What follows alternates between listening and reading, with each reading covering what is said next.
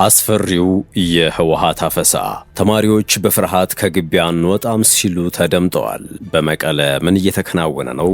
የመረጃ ቅኝታችን ዝርዝሩን ይመለከተዋል።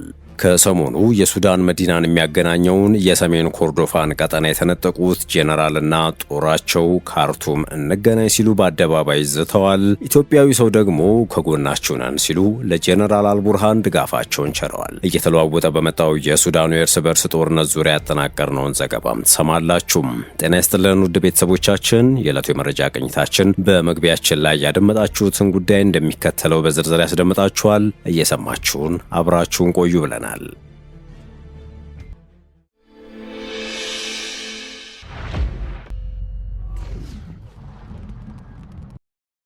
ወደ ቀዳሚ ጉዳያችን እናምራችሁም።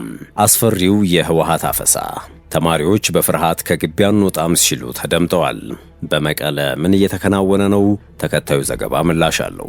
አስገዳጅ ወታደራዊ ምልመላን በመስጋት ወደ ትግራይ ክልል መመለስ ያልቻሉ የአዲስ አበባ ዩኒቨርሲቲ ተማሪዎች በመጨረሻም ክረምቱን በግቢው ውስጥ ለማሳለፍ ፈቃድ ማግኘታቸው ተረጋግጧል። በአዲስ አበባ ዩኒቨርሲቲ ትምህርታቸውን ሲከታተሉ የቆዩ የትግራይ ተወላጅ ተማሪዎች በትግራይ ክልል ባለው ወቅታዊ ሁኔታና አስገዳጅ ወታደራዊ ምልመላ ስጋት ምክንያት ወደ ክልላቸው መመለስ ባለመቻላቸው ክረምቱን በዩኒቨርሲቲው ውስጥ እንዲያሳልፉ ተፈቅዶላቸዋል። ለሀገር ውስጥ የዜና ምንጮች ሀሳባቸውን ያጋሩ ተማሪዎች እንደገለጹት ጥያቄው መጀመሪያ ላይ በዩኒቨርሲቲው በኩል ተቀባይነት አጥቶም ለሳምንታት የቆየ ቢሆንም ከጊዜያት በኋላ ግን በትምህርት ሚኒስቴር ውሳኔ መፍትሄ ሊያገኝ ችሏል። ተማሪዎቹ ወደ ትግራይ ላለመመለስ የወሰኑበትና አዲስ አበባ ውስጥ ለመቆየት የተገደዱበት ዋነኛ ምክንያት በፌዴራል መንግስቱና በህወሓት መካከል እየተካረረ የመጣውን ውጥረት ተከትሎ ሊከሰት የሚችል ጦርነትና ተያያዥ የደህንነት ስጋቶች ናቸው። ተማሪዎቹ አስገዳጅ ወይንም በፈቃደኝነት የሚደረግ ማንኛውንም አይነት ወታደራዊ ምልመላ ለመደበኛ ህይወታቸውም ሆነ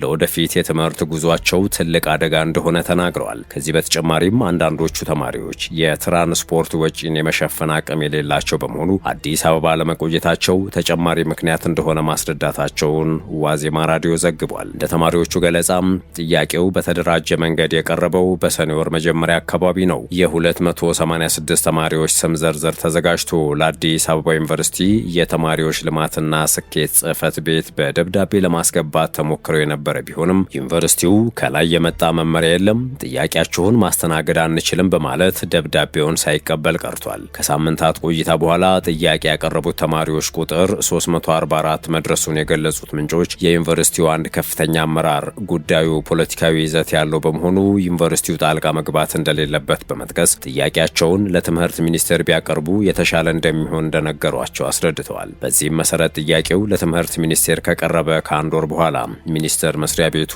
ጥያቄውን በመቀበሉ ተማሪዎቹ በዩኒቨርሲቲ ውስጥ እንዲቆዩ ይሁንታ ተሰጥቷቸዋል። በአሁኑ ወቅት ተማሪዎቹ በአዲስ አበባ ዩኒቨርሲቲ በበጋው የትምህርት ክፍለ ጊዜ በተመደቡበት የተለመደው የመኝታ ክፍልና የምግብ አገልግሎት አግኝተው ክረምቱን እያሳለፉ ይገኛሉ። ሆኖም የተመደበው የምግብ በጀት አነስተኛ መሆኑን የሚገልጹት ተማሪዎቹ ዩኒቨርሲቲው ለአንድ ተማሪ በቀን 100 ብር ለምግብ የመደበ ሲሆን ይህም በ100 ብር ቁርስ፣ ምሳና እራት መሸፈን እጅግ አስቸጋሪ እንደሆነ ተናግረዋል። ቀደም ሲል በቀን ይሰጥ የነበረው 172 ብር እንደነበረና አሁን ግን በጀቱ ወደ 100 ብር እንዲቀነስ መደረጉም ተማሪዎችን ለከፍተኛ ችግር የሚዳርግ መሆኑን ገልጸዋል። ጉዳዩ ፖለቲካዊ ነው በሚል ለአንድ ወር ገደማ ምላሽ ሳያገኝ መቆየቱን የሚገልጹትና ለዜና ምንጩ ሀሳባቸውን ያጋሩ የትምህርት ሚኒስቴር አንድ ከፍተኛ ኃላፊ የቀድሞ የመቀሌ ዩኒቨርሲቲ ፕሬዝደንትና በአሁኑ ወቅት የትምህርት ሚኒስቴር ዴኤታና የሚኒስቴር መስሪያ ቤቱ አማካሪ ፕሮፌሰር ክንደያ ገብረ ሕይወት ጉዳዩን በዋናነት እንደያዙት ተናግረዋል። ሁኔታው ከሕግና አሰራር ውጭ መሆኑ ተጠቅሶ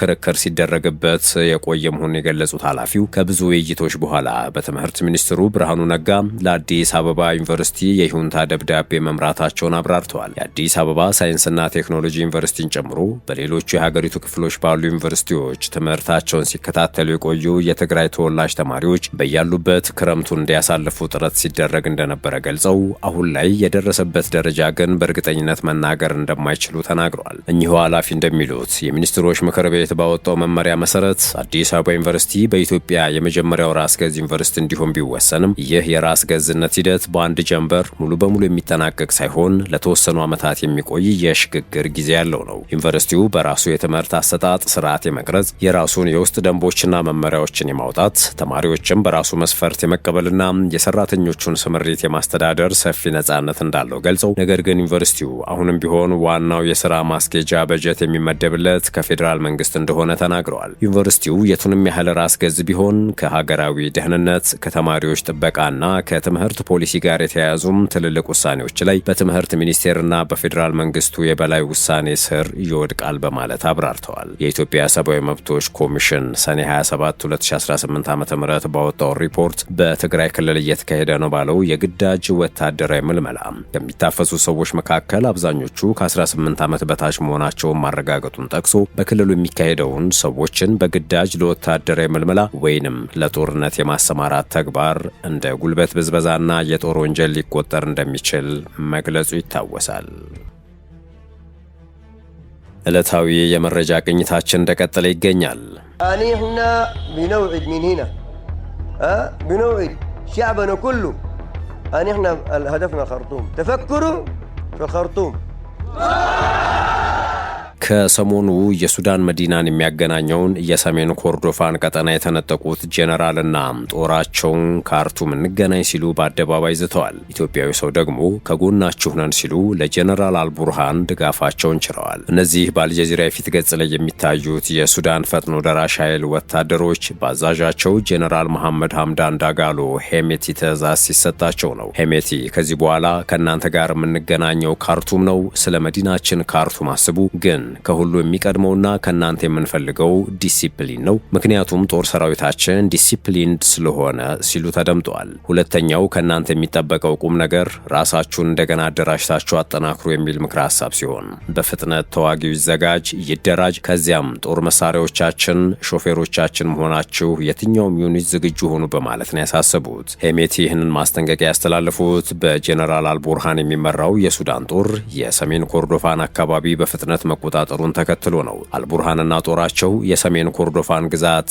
ከአንድ ዓመት በኋላ ነው እግራቸው የረገጠው። የአልቡርሃን ጦር መዲናዋን ሙሉ በሙሉ ከተቆጣጠረ በኋላ የፈጥኖ ደራሽ ኃይሎች ንብረት ናቸው የተባሉ በርካታ ጦር መሳሪያዎችን በቁጥጥሩ ስር አውሏል። ሆኖም የሱዳን ንጹሃን ዜጎች እንደሚሉት አውደ ውጊያው ድሎች በተቀያየሩ ቁጥር እጅግ አስከፊ ውንብድና ተከትሎት ይመጣል። ነዋሪዎች የሱዳን ጦር ድል ከተቀዳጀ በኋላም ሰሜን ኮርዶፋን የድሮን ድብደባ ሰለባ ሆኗል በማለት ይህንንም ከሞት አዋጅ ለይተን አናየውም ሲሉ አስታውቋል። በመልእክቱ የውጊያ ስልት እንዲሻሻል ትዕዛዝ በመስጠት ተዋጊዎች የወታደራዊ እንቅስቃሴያቸውን በቪዲዮ ቀርጸው በማህበራዊ ሚዲያ እንዳያሰራጩም ማሳሰቢያ ተሰጥቷል። ይህ የሚለቀቀው መረጃ ለሱዳን ጦር ጠቃሚ ስለላ መረጃ ሊሆን እንደሚችልም በሄሜቲ በኩል ተገልጿል። ሄሜቲ ተዋጊዎቹ ወታደራዊ ዲሲፕሊን እንዲጠብቁና ለሚቀጥለው የውጊያ ምዕራፍ ዝግጁ እንዲሆኑ ጥሪ ያቀረቡ ሲሆን የአርኤስኤፍ አመራር ወደ ግንባር መቅረቡንና እርሱም ከተዋጊዎች ጋር እንደሚቀላቀል ተናግረዋል። መልእክቱ የተላለፈው የሱዳን ጦር በሰሜን ኮርዶፋን የሚገኙ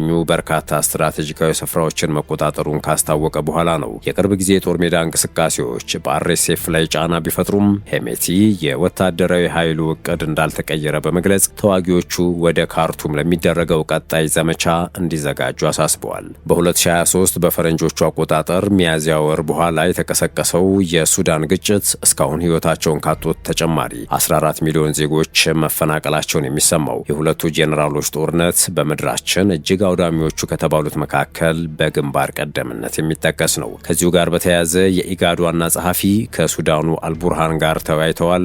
ሱዳናውያን ለሚመሩት የሰላም ሂደት ያላቸውንም ድጋፍ አረጋግጠዋል። የምስራቅ አፍሪካ የልማት በይነ መንግስታት ባለስልጣን ኢጋድ ዋና ጸሐፊ ዶክተር ወርቅነህ ገበየሁ በሱዳን ባደረጉት ይፋዊ የሥራ ጉብኝት ወቅት ከሱዳን የሽግግር ሉዓላዊ ምክር ቤት ሊቀመንበር ጄኔራል አብዱልፈታህ አልቡርሃን ጋር በካርቱም ተወያይተዋል። የኢጋድ ሴክሬታሪያት እንደገለጸው ውይይቱ ትኩረቱን ያደረገው በሱዳን ባለው ወቅታዊ ግጭት ዙሪያና በሱዳናውያን የሚመራ ዘላቂ የሰላም መፍትሄ ለማምጣት በሚደረጉ ጥረቶች ላይ ነው። ተቋሙ በቀጠናዊ አብሮነት እንዲሁም ከሱዳን መንግስትና ሕዝብ ጋር በሚደረግ የጠበቀ ግንኙነት በኩል ለወደፊቱ የሱዳን ሰላም፣ ደህንነትና ማገገም የሚሰጠውን ድጋፍ አጠናክሮ እንደሚቀጥል አረጋግጧል። ከውይይቱ በኋላ አስተያየታቸውን የሰጡት ዶክተር ወርቅነህ ገበየሁ የሱዳን መጻኢ ድል ከቀጠናው አጠቃላይ ሁኔታ ጋር በጥብቅ የተያያዘ መሆኑን በመጠቆም በሀገሪቱ ሰላም መስፈን ለቀጠናው ዘላቂ መረጋጋትና በግጭት ለተጎዱ በሚሊዮን ለሚቆጠሩ ሱዳናውያን ወሳኝ መሆኑን አስረድተዋል። ሱዳን በአፍሪካና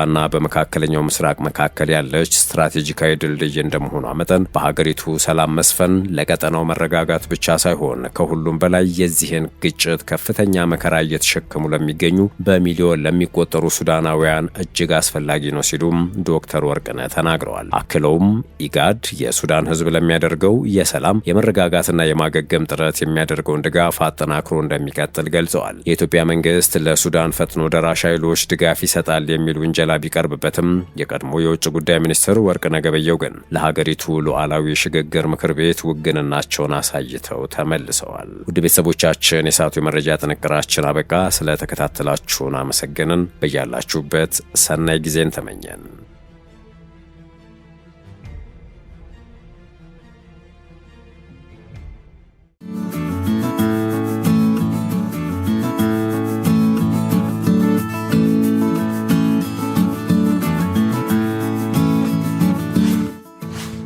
ሸገር ታይምስ ሚዲያን ሰብስክራይብ በማድረግና ደወሉን በመጫን ይከተሉን።